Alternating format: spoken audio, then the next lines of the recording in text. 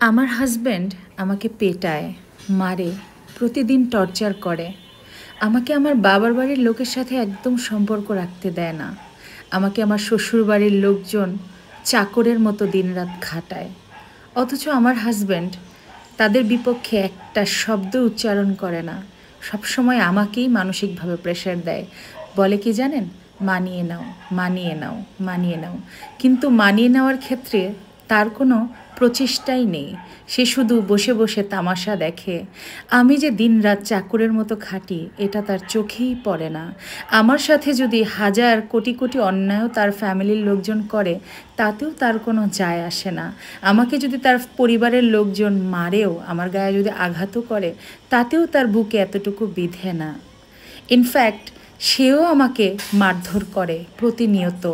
আমার চরিত্র তুলে বাজে বাজে কথাবার্তা বলে, আমাকে গালিগালাজ করে, সবসময় আমাকে মানসিকভাবে ক্ষতিগ্রস্ত করার চেষ্টা করে। আর সবসময় আমার সাথে স্বার্থপরের মতো সম্পর্ক রাখে। আমি তাকে জান প্রাণ মন উজাড় করে ভালোবাসি, কিন্তু সে ভালোবাসার অর্থই বোঝে না। সে শুধু মনে করে স্বামী স্ত্রী একসাথে বিছানায় সময় কাটানোরকেই বুঝি স্বামী স্ত্রীর সম্পর্ক বলে। আপনারা কি ভাবছেন? হ্যাঁ, আমি জানি আপনারা কি ভাবছেন। এরকম হাজার হাজার কথাবার্তা হাজার হাজার আপুদের মনে সবসময় নাড়া দেয়। এগুলো আমার কথা নয়, এগুলো সেই আপুদের কথা যারা তাদের সংসারে লাঞ্ছিত, তাদের নিজেদের সংসারে তারা চাকরানির মতো জীবনযাপন করে, অথচ তাদের হওয়ার কথা ছিল রানী। হ্যাঁ, আমি তাদেরই হয়ে আজকে এই কথাগুলো বললাম, কারণ তারা প্রতিনিয়ত তাদের সংসারে এই সমস্যাগুলোই ফেস করে। আসসালামু আলাইকুম ফ্রেন্ডস, কেমন আছেন সবাই? তো আশা করি সবাই ভালো আছেন।